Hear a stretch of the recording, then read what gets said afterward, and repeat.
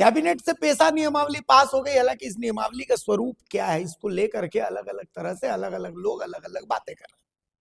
अब आपको हम लेकर के चलते हैं केंद्रीय सरना समिति की पीसी में। निशा भगत इस प्रेस कॉन्फ्रेंस को कर रही है और पेशा नियमावली पर उनके क्या विचार है वो भी हम आपको सुना देते हैं। इसको बहुत गौर से बहुत ध्यान से सुनिएगा। और इस पूरी प्रेस कॉन्फ्रेंस के दौरान हेमंत सोरेन पर खासा नाराज नजर आ रही निशा भगत। ये देखिए प्रेस कॉन्फ्रेंस। चाहती हूँ कि कहाँ है इस देश का मूल मालिक? क्यों हमारा 29 सालों तक हम अनभिज्ञ रहे के रूप में? तो हमारी वजह से जाना जाता है। अगर हम नहीं होते, आदिवासी नहीं होते, तो शायद नहीं जाना जाता।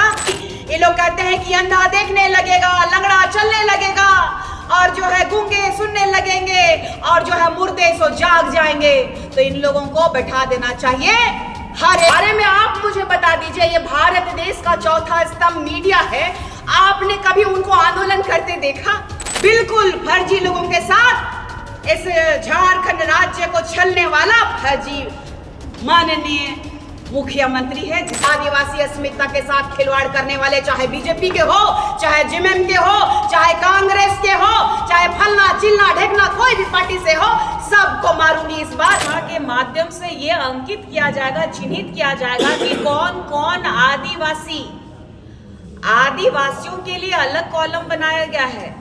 हिंदू, मुस्लिम, सिख, ईसाई, इस भारत के संविधान से पहले भी हमारा कॉलम था और संविधान के बाद भी हमारा कॉलम रहा है। जनगणना 1961 की जब होती है तो उस समय की सरकार जो है हमारा कॉलम हटा देती है, और लगातार जो कांग्रेस की सरकार को मैं ढिशुम मारने का काम करती हूँ। क्यों करती हूँ? क्योंकि ये लोग दलाल प्रवृत्ति के रहे हैं। ये लोग हमारे भारत देश को पूरी तरीके से विदेशियों के हाथों में सौंपने का गांधी परिवार ने प्रण लिया था। और ये मोहब्बत की दुकान खोल करके बैठने वाले दलाल प्रवृत्ति के हमारे बीच में मौजूद, जो कि पूरे भारत देश को गुमराह करने वाले राहुल बाबा से मैं पूछना चाहती हूँ कि कहाँ है इस देश का मूल मालिक? क्यों हमारा 29 सालों तक हम अनभिज्ञ रहे? अगर अनभिज्ञ रहने के बावजूद अगर महागठबंधन की सरकार अगर साजिश रचती है तो उनकी साजिशों को तार तार करने के लिए हम रूढ़िवादी परंपरा को मानने वाले लोग इस भारत का संविधान का सम्मान करते हुए आज तक बर्दाश्त करते हुए रहे हैं। लेकिन हम लोग अब बर्दाश्त नहीं करेंगे। हमारा अस्मिता के साथ, या तो फिर हमारी संस्कृति, हमारी परंपरा, जो भारत देश में संस्कृति के रूप में भारत देश जाना जाता है, संस्कृतियों के देश के रूप में, तो हमारी वजह से जाना जाता है। अगर हम नहीं होते, आदिवासी नहीं होते, तो शायद नहीं जाना जाता।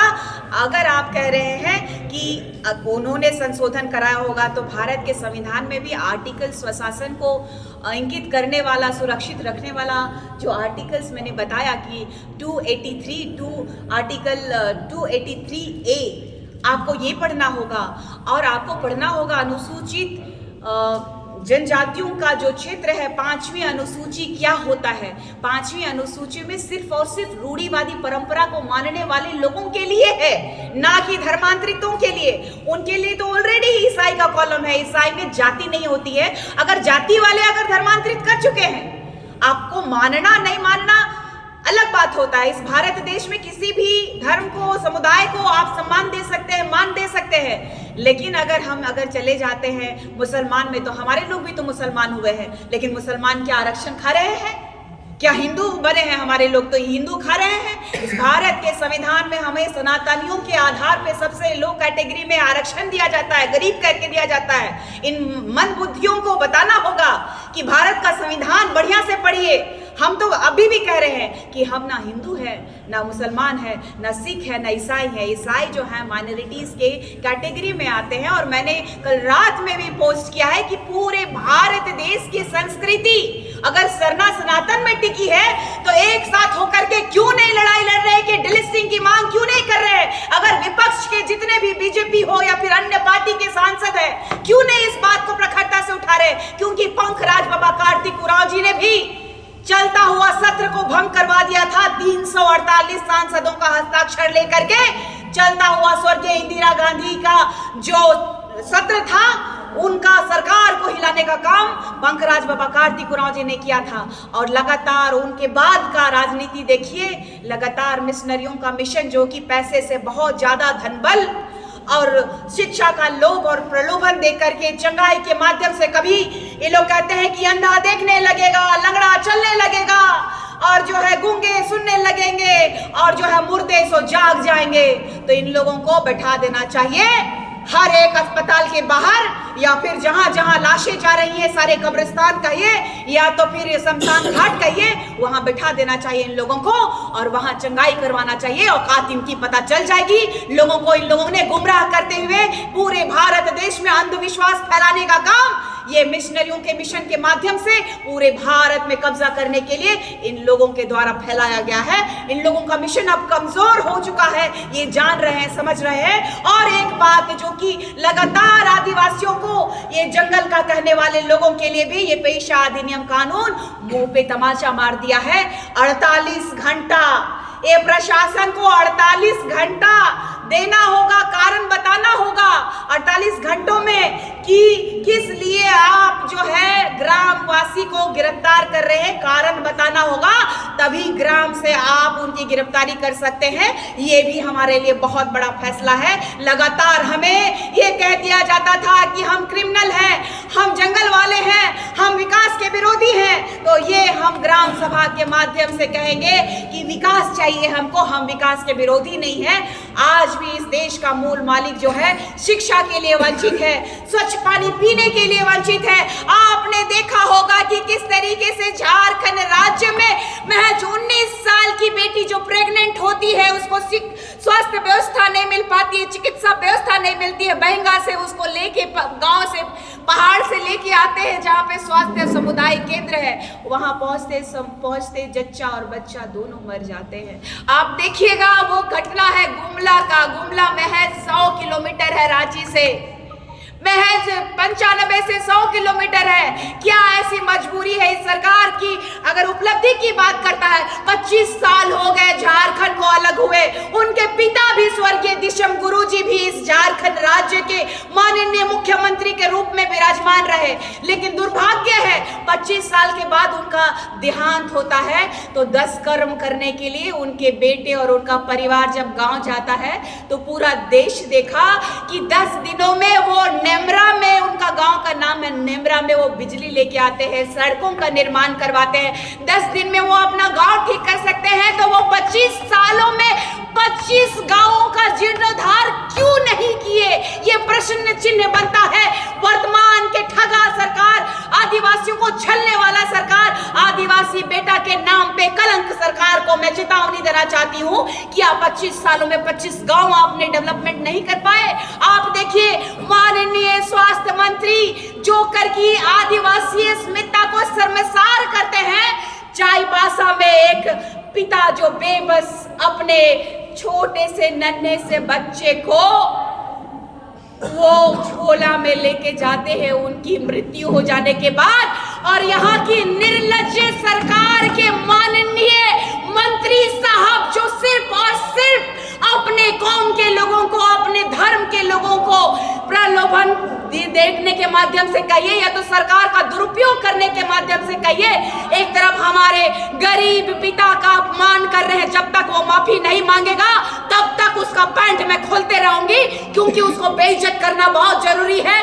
सिर्फ एक कौम के लिए राजनीति नहीं की जाती है, चाहे वो विधायक हो, चाहे मंत्री हो, चाहे सांसद हो, चाहे इस झारखंड राज्य का माननीय मुख्यमंत्री ही क्यों ना हो, किसी एक धर्म की राजनीति नहीं होती है। मैं कहना चाहती हूँ कि इरफान अंसारी साहब 3 लाख रुपया का पैकेज आप बिहार से बुला करके अपने कौम की बेटी को इज्जत देने की बात कर रहे हैं। इस झारखंड राज्य जो 5th शेड्यूल के तहत आने वाला झारखंड राज्य जो आदिवासियों का राज्य में आप माननीय मुख्यमंत्री के चेले बन के जो घूम रहे हैं, झोला टांगने का जो काम कर रहे हैं, स्वास्थ्य मंत्री का जो खैरात में आपको गद्दी मिला है चमचागिरी करने के लिए, तो ये आला लगा के डॉक्टर बनने से नहीं होता है। थोड़ा सेवा भाव भी रखिए। फोटो खिंचा करके रील्स बनाने से आपको माननीय का दर्जा हम नहीं देंगे।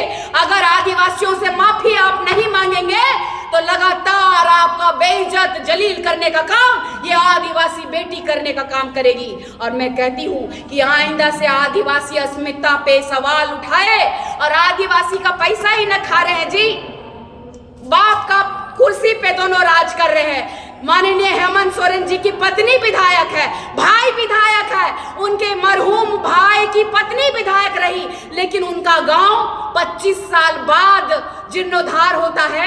तो ऐसे झारखंड राज्य के माननीय मुख्यमंत्री जो आदिवासी बेटा है वो आदिवासियों का हितैषी कैसे हो सकता है? इसीलिए हमारे लिए पेशा अधिनियम कानून जब तक धरातल पे लागू नहीं होता है तब तक हमारे लिए ये चैलेंजिंग है और लगातार हम लोग संघर्ष करते रहेंगे, उलगुलान करते रहेंगे। धन्यवाद, आभार इस भारत की संविधान की न्याय का मंदिर का जिन्होंने हमारे जैसे आदिवासियों की आवाज को सुनने का काम किया उन्होंने। और हम सब तहे दिल से तमाम आदिवासी समुदाय के रूढ़िवादी परंपरा को मानने वाले आदिवासी जन्य जनजाति के लोग, जिस तरीके से सरना के लोग जो है उरांव संस्कृति के लोग पढ़ा समाज के द्वारा स्वशासन को लागू करते हैं, जिस तरीके से बेदिया समाज के लोग जो है सरदारी व्यवस्था में अपना स्वशासन को लागू करते हैं, वैसे ही संथाली, मुंडारीज हो, ऐसे ही अन्य 33 जनजाति के लोग हैं। अलग अलग प्रथाएं, अलग अलग सिस्टम, कस्टमरी लॉ को फॉलो करने वाले लोगों को एक नया आयाम मिलेगा, नया विकास की गंगा बहेगी। हम विकास के विरोधी नहीं है। मैं ये कहना चाहती हूँ, उनके पुत्र हैं और उनके बारे में आप मुझे बता दीजिए, ये भारत देश का चौथा स्तंभ मीडिया है, आपने कभी उनको आंदोलन करते देखा? चाहे वो स्टूडेंट के परिप्रेक्ष्य की बात कीजिए, चाहे यहाँ के वृद्धाओं के परिप्रेक्ष्य की बात कीजिए, चाहे जो हमारे गाँव में पानी, जो स्वच्छ पानी पीने को नहीं मिल रहा है, इसकी बात कीजिए। उन्होंने क्या काम किया? अपने पिता के खैरात में मिलने वाला जो हम लोगों ने आदिवासी बेटा बोल करके जनता के द्वारा, जनता के लिए चुन करके लेके आए, लेकिन लगातार बिचौलियों के साथ है। देख लीजिए ना, एक आदिवासी बेटा को फर्जी एनकाउंटर में मार दिया गया। उनका जो हत्या हुआ था उसके पीछे का नाम था पंकज मिश्रा, उनका पत्थर का कारोबारी है। अब देखिए कि इससे पहले और एक बेटी की हत्या हुई थी, रूपा तिर्की, एग्जैक्टली। तो इन लोगों के बीच का व्यक्ति कैसा हो सकता है जो लगातार, यही आप कह रहे हैं कि फर्जी लोगों के साथ फर्जी मुख्यमंत्री है? बिल्कुल, फर्जी लोगों के साथ इस झारखंड राज्य को छलने वाला फर्जी माननीय मुख्यमंत्री है, जिससे हमें कोई उम्मीद नहीं है। कोई आंदोलन नहीं किया है इन्होंने, कोई कार्य नहीं किया है, आज तक किसी को रक्तदान करने के लिए भी नहीं गए हैं। अगर किए भी होंगे तो 1 या 2 बार किए होंगे, स्कूल परिया में किए होंगे। अंदर आत्मा मर चुकी है। अगर इतना ही अगर इस सरकार का विरोध करने के लिए विपक्ष अगर मजबूत होता, विपक्ष में भी देखिए किसकी बात कर रहे हैं, बीजेपी की बात कर रहे हैं ना। आप लोग लगातार सुनते होंगे कि मैं आरएसएस की दलाल के रूप में जाने जा रही हूँ, या फिर बीजेपी की बी टीम के रूप में, या फलना चिल्ला ढेकना। तो मैं उनको भी चैलेंज करती हूँ, क्या ये लोग गूंगा और बहिरा हो गया है? आज तक इन लोगों ने क्यों नहीं देखा? आज हम चावल बांटने चले गए तो हमारे पीछे जमीन दलाल प्रवृत्ति के लोग पहुंच जाते हैं और कहते हैं कि हम भी नेता हैं। तो ऐसा नहीं चलता है। सबको लपेटूंगी, सबको रेलूंगी। हमारे आदिवासी अस्मिता के साथ खिलवाड़ करने वाले, चाहे बीजेपी के हो, चाहे जेएमएम के हो, चाहे कांग्रेस के हो, चाहे फलना चिल्ला ढेकना कोई भी पार्टी से हो, सबको मारूंगी इस बार। क्योंकि हम पे जो चोट लगी है, जो आघात पहुंचा है, वर्षों से झेलते आ रहे हैं, अब हम बर्दाश्त नहीं करेंगे।